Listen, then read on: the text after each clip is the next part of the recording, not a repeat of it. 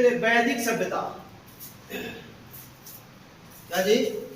वैदिक सभ्यता।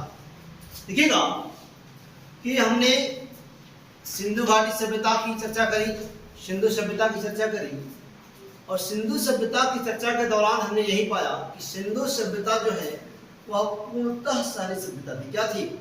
वह नगरीय सभ्यता थी, जबकि सिंधु सभ्यता का जो कालखंड था वह 2350 ईसा पूर्व से 1750 ईसा पूर्व माना गया, और यह C14 कार्बन रेडियो पद्धति रेडियो कार्बन पद्धति C14 के द्वारा यह प्रतिपादित किया गया, और यही सबसे उत्तम माना गया। क्या माना गया? सबसे उत्तम माना गया। जबकि NCERT कुछ और कहता है, बाकी लोग कुछ और कहते हैं। लेकिन इसके पश्चात जो सभ्यता का विकास होता है, इस सभ्यता होती है आपकी वैदिक सभ्यता, और वैदिक सभ्यता का जो विकास होता है, ये कहा जाता है कि वैदिक सभ्यता पूर्णतः ग्रामीण सभ्यता थी। क्या थी? पूर्णतः ग्रामीण सभ्यता थी। एक बात समझ नहीं आता है कि लोग गांवों से शहरों की ओर, कहाँ? लोग गांव से शहरों की ओर पलायन करते हैं, और इस सभ्यता के लोग शहर से गांव की ओर कैसे पलायन करते हैं। थोड़ा सा ये हिस्ट्री को हलवा बनाने वाली बात हो जाती है, और पचने वाली बात नहीं होती, शायद अनपच जैसा लगता है। याद रखिएगा कि पहले शहरी सभ्यता फिर बाद में ग्रामीण सभ्यता।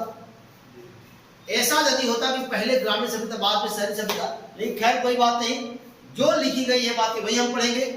देखिएगा कि वैदिक सभ्यता का जो कालक्रम है, जब कालक्रम माना जाता है 1500 ईसा पूर्व से 600 ईसा। क्या माना जाता है जी? 1500 ईसा पूर्व से 600 ईसा पूर्व। और इसी में देखिएगा कि 1500 से 1000, 1000 से 600, 1500 से 1000, 1000 से 600, अर्थात उत्तर वैदिक काल। और जब हम उत्तर वैदिक काल में प्रवेश करेंगे, उस काल में आते आते बिल्कुल एक ऐसा वर्ग का जन्म होता है, ये कह सकते हैं, जो खुद को उत्तर वैदिक काल में आते आते देखिएगा कि पुरोहित और क्षत्रिय की मेल जोत से इस समाज में तमाम कुरीतियां भर जाती है। अर्थात क्षत्रिय खुद को राजा, खुद को अपने आप को श्रेष्ठ साबित करने के लिए, भगवान साबित करने पर तुला जाता है, और पुरोहित उसका गुणगान करता है। अर्थात पुरोहित भी है, ये दोनों वर्ग मिलकर के बाकी समुदाय पर शासन करते हैं। अर्थात वैश्य पर सबसे अधिक अत्याचार होता है, और वैश्य ही सबसे अधिक टैक्स देता है। शुल्क तो सेवा करके काम चला देता था, लेकिन वैश्य ही सबसे अधिक टैक्स पे ही होता है। याद रखिएगा। चलिए इसमें आगे चलते हैं, लिखेंगे आगे। इसका कालखंड लिखेंगे वैदिक सभ्यता 1500 ईसा पूर्व से 600 ईसा पूर्व। 1500 ईसा पूर्व से 600 ईसा पूर्व। 1500 ईसा पूर्व से 600 ईसा पूर्व।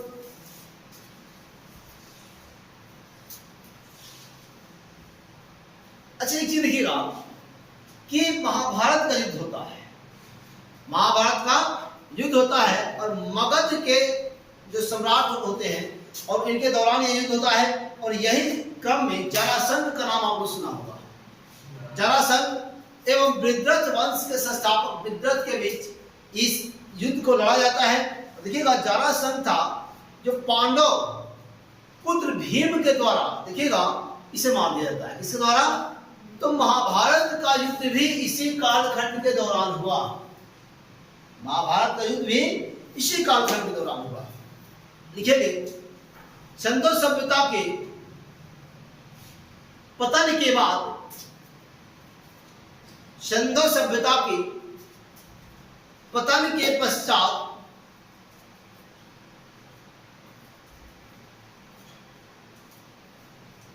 सिंधु सभ्यता के पतन के पश्चात एक नई सभ्यता का जन्म हुआ, एक नई सभ्यता का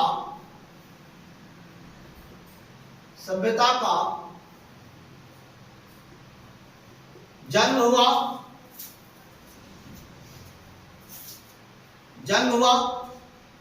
अब देखिएगा, इस सभ्यता का जन्म हुआ, इसका उल्लेख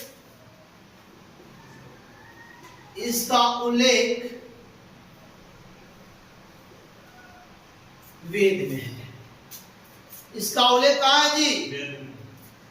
इसका उल्लेख वेदों में मिलता है। इसका उल्लेख कहाँ मिलता है? वेदों में मिलता है।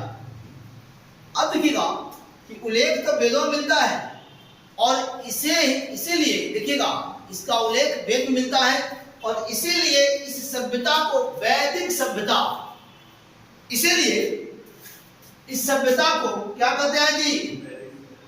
इसीलिए इस सभ्यता को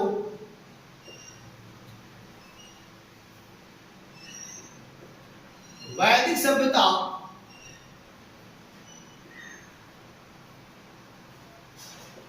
कहा जाता है। कोई दिक्कत?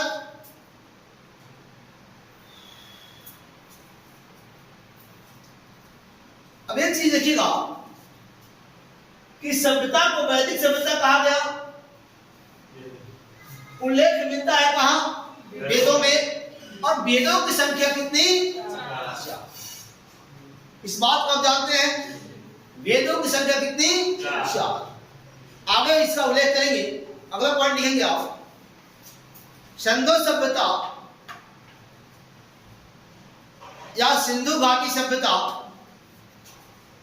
सिंधु घाटी सभ्यता शहरी सभ्यता थी। सिंधु घाटी सभ्यता शहरी सभ्यता थी, जबकि वैदिक सभ्यता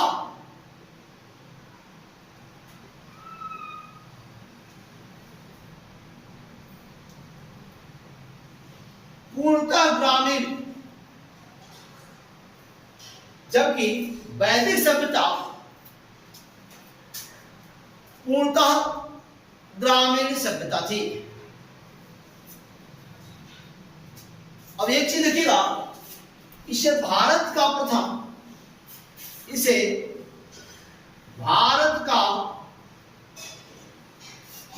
ग्रामीण सभ्यता कहा जाता है।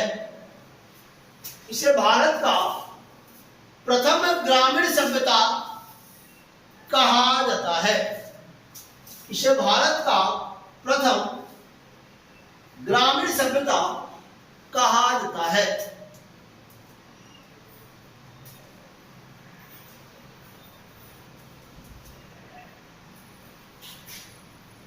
अब देखिएगा कि वैदिक सभ्यता का उल्लेख मिलता है कहां? वेदों में। और वेदों में इसका उल्लेख जो मिलता है, अब देखिए यहां कि वेदों में इसकी जो व्याख्या करने वाले थे, इसके संस्थापक थे, उसे क्या कहा गया हो? आर्य कहा गया। क्या कहा गया? आर्य कहा गया। उच्च कुल में पैदा हुए कहा गया, या श्रेष्ठ कहा गया, या सुसंस्कृत कहा गया। अर्थात उन लोगों ने अपने आप को, खुद को वेदों के अनुरूप ढाल लिया। क्या किया? वेदों के अनुरूप ढाल लिया। खुद को श्रेष्ठ कहने लगे। क्या कहने लगे? खुद को श्रेष्ठ कहने लगे। ऐसी बात है ना जी? वर्तमान परिप्रेक्ष्य में भी ऐसा होता है? नहीं होता है जी, एकदम होता है। खैर कोई बात नहीं। खुद को वेदों के अनुरूप ढाल लेना मतलब श्रेष्ठ, सुसंस्कृत या उच्च कुल में पैदा हुआ व्यक्ति, या कुलीन वर्ग। क्या कहीं कहीं आपको कुलीन वर्ग भी मिलेगा। क्लियर? टैली कर रहा है बिल्कुल। जब आगे क्लास चल रहा है, पीछे किताब से टैली करा रहा है। क्या बात है?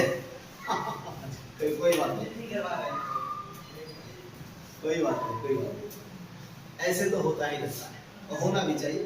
खैर अब चलिए आगे लिखेंगे अगला पॉइंट।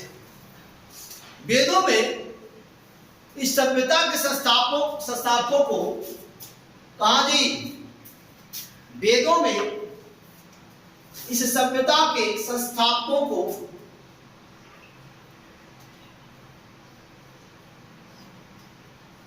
वेदों में कहा कहे गए हैं? वेदों में इस सभ्यता के संस्थापकों को उच्च कुल में उत्पन्न व्यक्ति, उच्च कुल में पैदा या उत्पन्न व्यक्ति या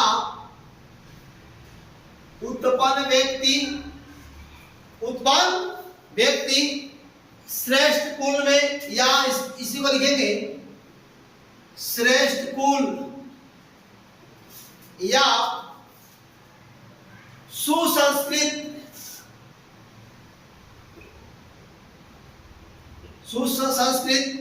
या कुलीन वर्ग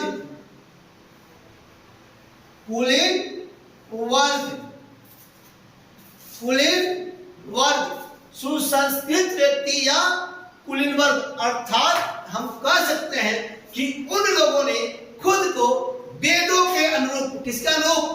खुद को वेदों के अनुरूप क्या किया? वेदों के अनुरूप ढाल लिया। इस वेद को अपना हथियार बना लिया। इस वेद के बारे में उन लोगों ने जानकारी प्राप्त कर ली। अर्थात खुद को कुलीन, श्रेष्ठ या सुसंस्कृत या उच्च कुल में पैदा व्यक्ति साबित कर दिया। क्लियर? और जिनको इसका ज्ञान नहीं हुआ,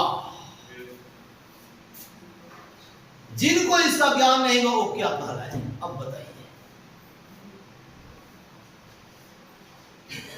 और ठीक उसी हिसाब से अपने आप को, इस विधि व्यवस्था को बुनने में लग गए।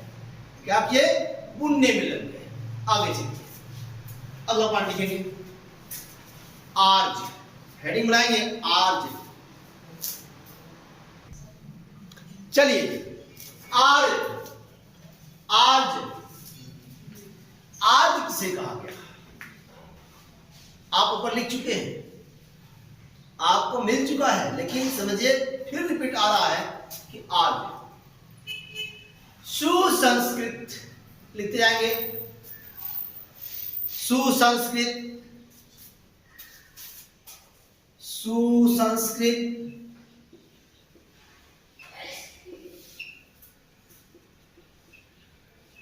श्रेष्ठ कुल में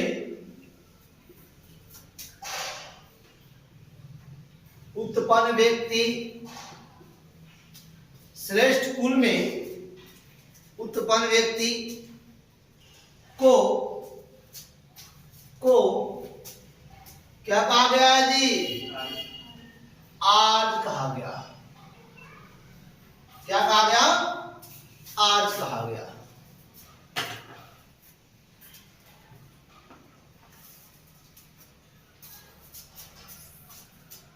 देखिएगा आज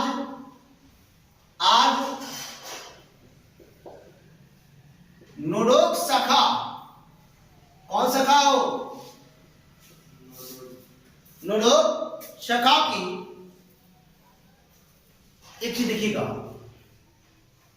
सफेद, ये सुन लीजिए, सफेद मतलब गोरा। क्या? सफेद मतलब गोरा।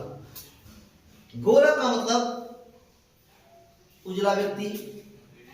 जो सफेद था, आज था, अर्थात वह कुलीन था, वह श्रेष्ठ था।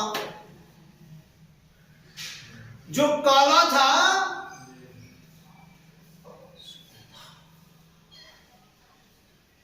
आ रहा समझे कोच? लिखेंगे आगे, नोडोक शाखा के सफेद उपजाति से संबंधित, नोडोक शाखा के सफेद उपजाति से संबंधित मानव समूह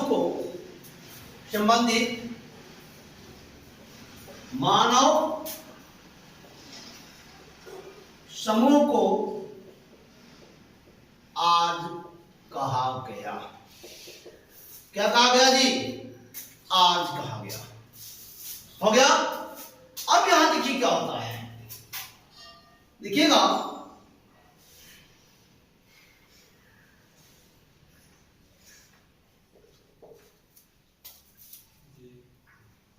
श्रेष्ठ, क्या श्रेष्ठ, यहां देखिए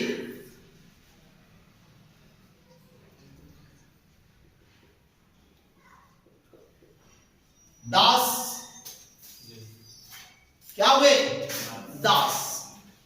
अर्थात इन लोगों ने अपने से कमजोर वर्ग को उसके ऊपर अधिकार जमाकर उसको अपने कब्जा में लेकर हथियाकर जबरदस्ती दबाकर अपना दास बना लिए और दास दासियों में परिवर्तित हो गए। कहां? दासियों में परिवर्तित हो गए।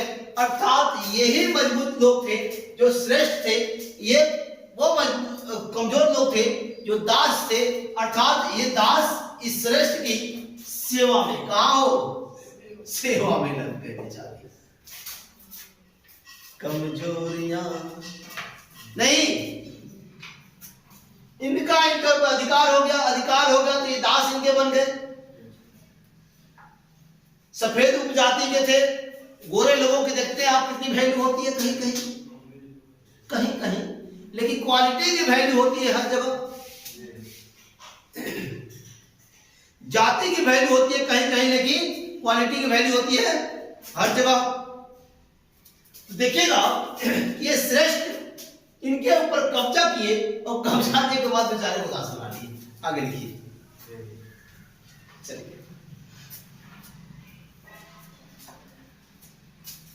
ये बना लेंगे, ज्यादा रोचक चीज है।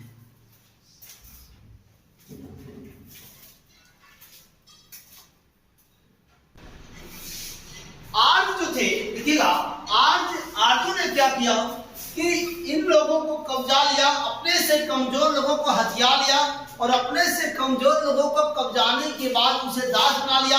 दास जो था, दास यही दास देखिएगा, ये दास जो थे ये 10 युग में किसमें हो? दास 10 युग में किसमें परिणत हो गए? 10 युग में। और 10 युग और ये 10 युग बेचारे जो थे यह बेचारे शूद्र में परिवर्तित हो गए। किसमें? शूद्र में। किसमें जी? शूद्र में। और इस शूद्र शब्द का उल्लेख ऋग्वेद के 10वें मंडल में हमें मिलता है। कहां? ऋग्वेद के शूद्र शब्द का उल्लेख ऋग्वेद के 10वें मंडल से प्राप्त होता है। और 10वां मंडल जो है वो 10वां मंडल का संबंध पुरुष सूक्त से। इसलिए ऋग्वेद के 10वें मंडल के पुरुष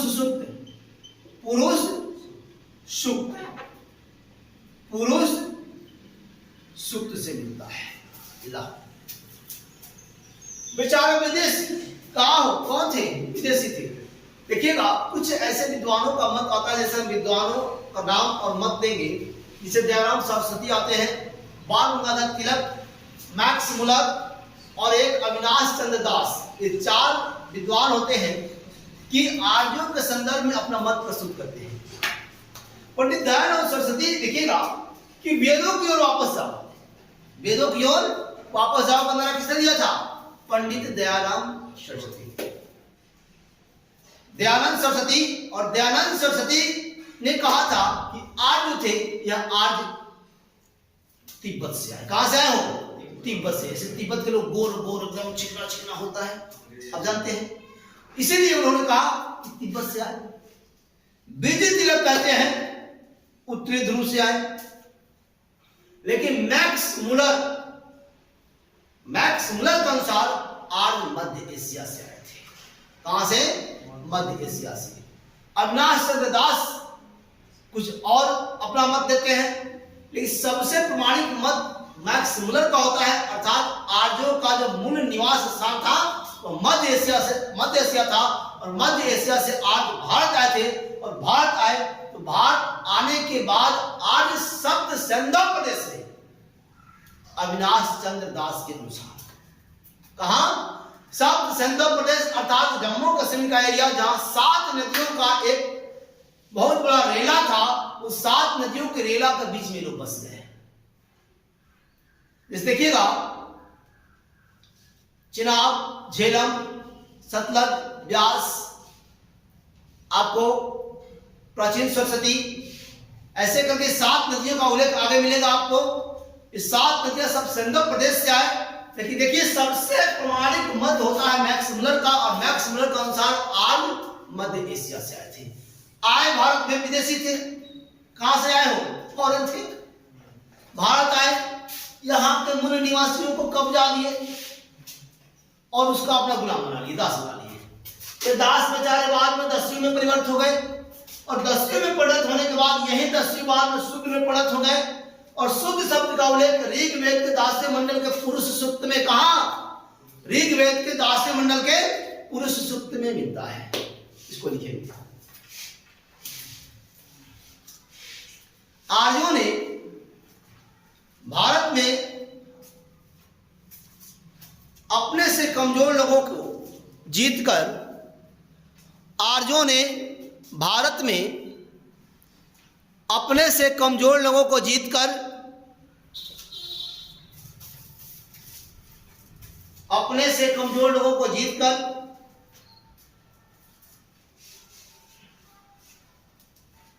दास बनाए, दास बनाए। दास दस्युओं में परिणत हो गए, दास दस्युओं में परिणत हो गए, दास दस्युओं में परिणत हो गए, परिणत हो गए। दस्यु दस्यु शूद्र में परिणत हो गए, दस्यु शूद्र में परिणत हो गए।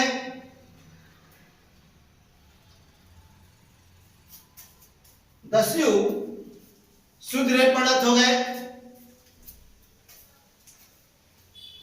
हो गया। अगला पॉइंट, शूद्र शब्द का उल्लेख, शूद्र शब्द का उल्लेख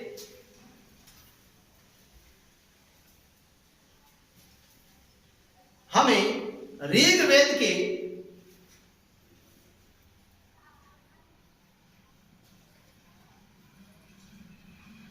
ऋग्वेद के 10वें मंडल के पुरुष सूक्त से शूद्र शब्द का उल्लेख हमें ऋग्वेद के 10वें मंडल के पुरुष सूक्त से, पुरुष सूक्त से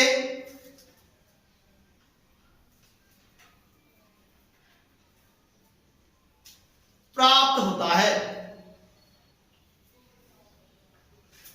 प्राप्त होता है। देखिएगा, श्रेष्ठ कौन? आर्य, आर्य क्या जी? आर्य क्या? श्रेष्ठ। कब्जा लिए भारत के कमजोर वर्ग को, कमजोर लोग क्या किए? हड़प लिए, जीत लिए, नहीं हो क्या किए?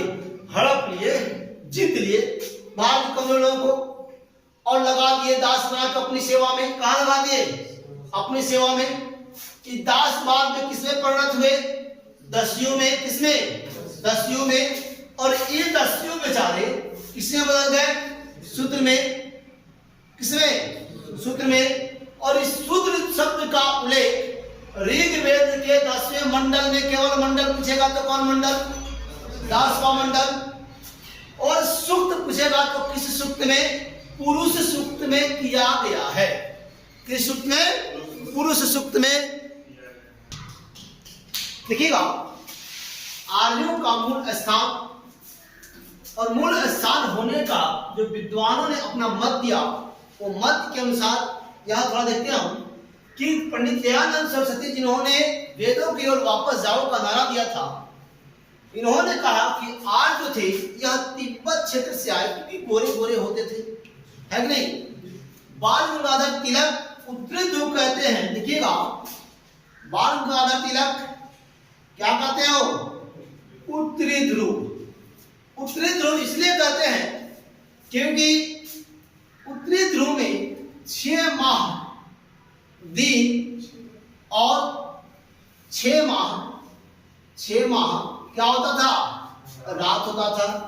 लेकिन कुछ लोगों ने माना कि उत्तरी ध्रुव में 6 माह दिन 6 माह रात होता है, तो दक्षिणी ध्रुव में भी क्या होता है जी? 6 माह दिन और 6 माह रात होता है। क्या होता है? दक्षिण में भी होता है।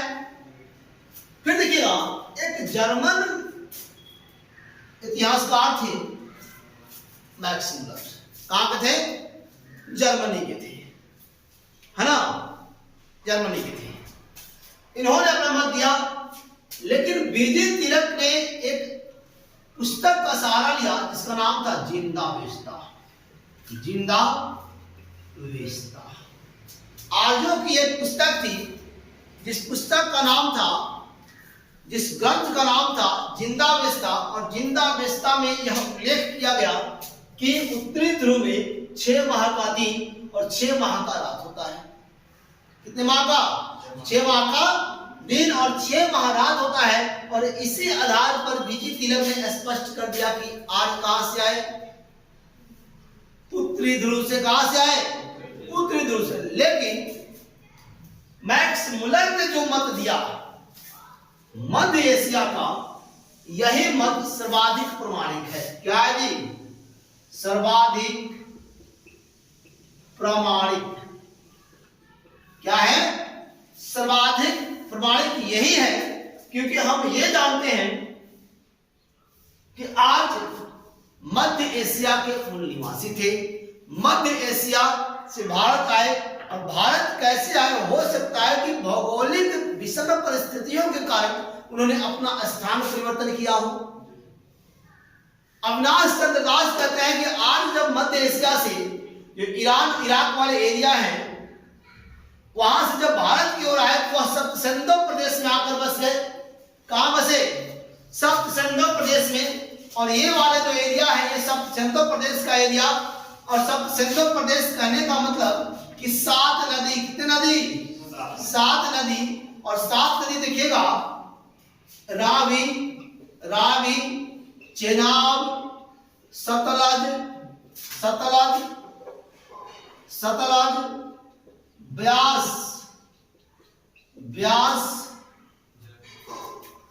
झेलम, सतलज, ब्यास, सिंधु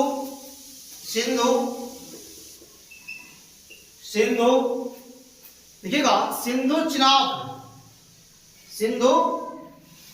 चिनाब, रावी, सतलज, ब्यास, प्राचीन सरस्वती,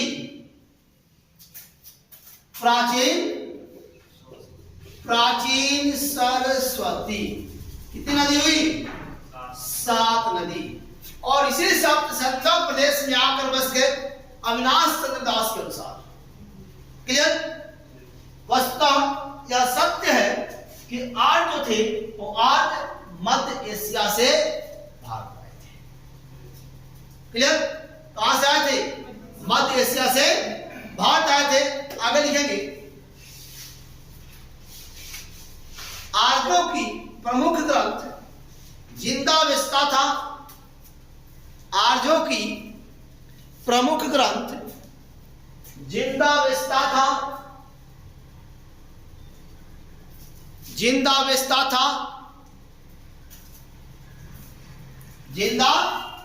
वेस्ता था।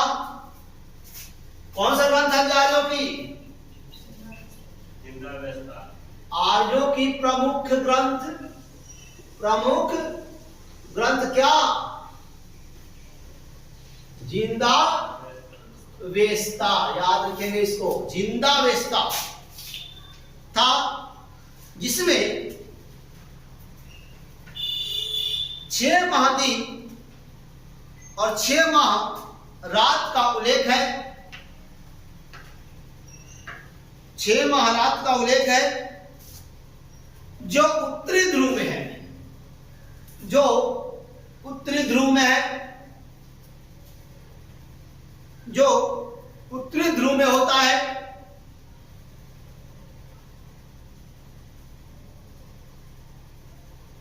दक्षिणी ध्रुव में भी 6 महादीन और 6 महारात होते हैं, इसलिए इनका मत प्रमाणित नहीं हुआ। क्या समझे? इनका मत प्रमाणित नहीं हुआ। बाजी, बहुत बढ़िया। चलिए अगला पार्ट। 6 महादीन और 6 महारात होता है, इसलिए इनका मत जो था वह मत प्रमाणिक साबित नहीं हुआ। हो गया? मत प्रमाणिक साबित नहीं हुआ। चलिए, मैक्स मुलर के अनुसार, मैक्स मुलर के अनुसार,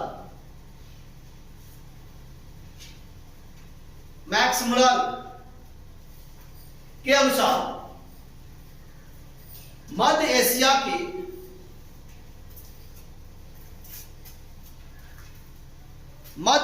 के आर्यों का ग्रंथ जिंदावेस्ता, मध्य एशिया के आर्यों का ग्रंथ जिंदावेस्ता,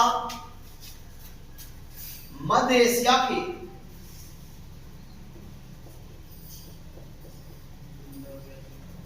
के आर्यों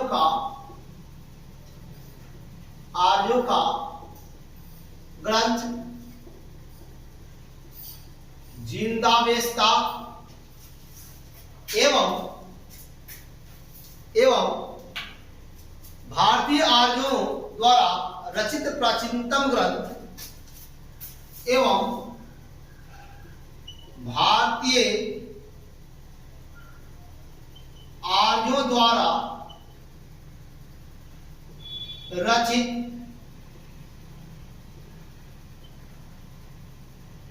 प्राचीनतम ग्रंथ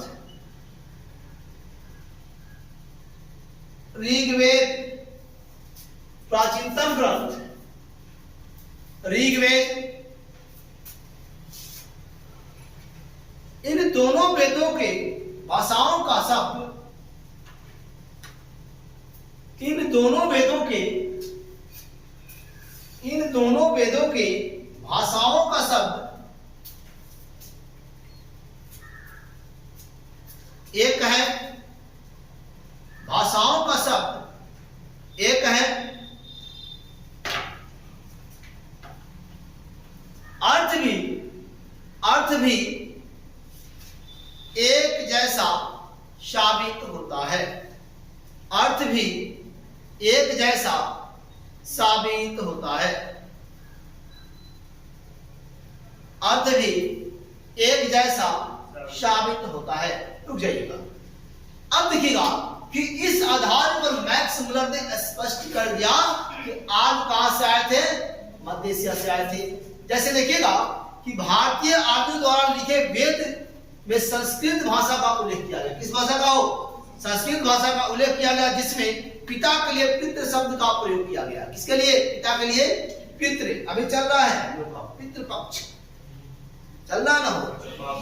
हाँ, पितृपक्ष। और देखिएगा कि बिहार का एक बहुत बड़ा मेला लगता है, पितृपक्ष का मेला, बोध गया में, जो महारानी अहिल्याबाई द्वारा निर्मित मंदिर है, महाबोधि के बगल में विष्णुपद मंदिर है ना? कौन सा मंदिर? विष्णुपद मंदिर, जो फल्गु निरंजना नदी के तट पर अवस्थित है और बहुत ही खूबसूरत है, पर्यटन स्थल भी है। आप लोगों को यदि मौका मिले एक बार, बिहार के वासी होने के नाते मैं आप लोगों को यह सूचना देता हूं कि एक बार महाबोधि मंदिर और बोधगया जरूर आकर देखें। चलिए देखिएगा तो क्या होता है, सुन लीजिए। तो पितृ शब्द का उल्लेख है, ठीक उसी प्रकार से मध्य एशिया में पिता के लिए जो शब्द है वो फादर है। क्या है जी? पेदर है, फादर है, बादर है, ऐसे शब्द का उल्लेख किया गया पिता के लिए। तो कहीं ना कहीं दोनों के शब्द मिलते हैं। माता के लिए देखिएगा, भारत में माता के लिए मातृ शब्द मिलता है, जबकि उधर मध्य एशिया में माता के लिए मादर मिलता है, मेदर मिलता है। तो इन शब्दों के मेल जोल के आधार बना करके मैक्स मुलर ने यह स्पष्ट कर दिया कि आज जो थे वह आज मध्य एशिया से आए थे और इसी के साथ कल होंगे कोई अभिलेख के साथ उपस्थित रहते हैं।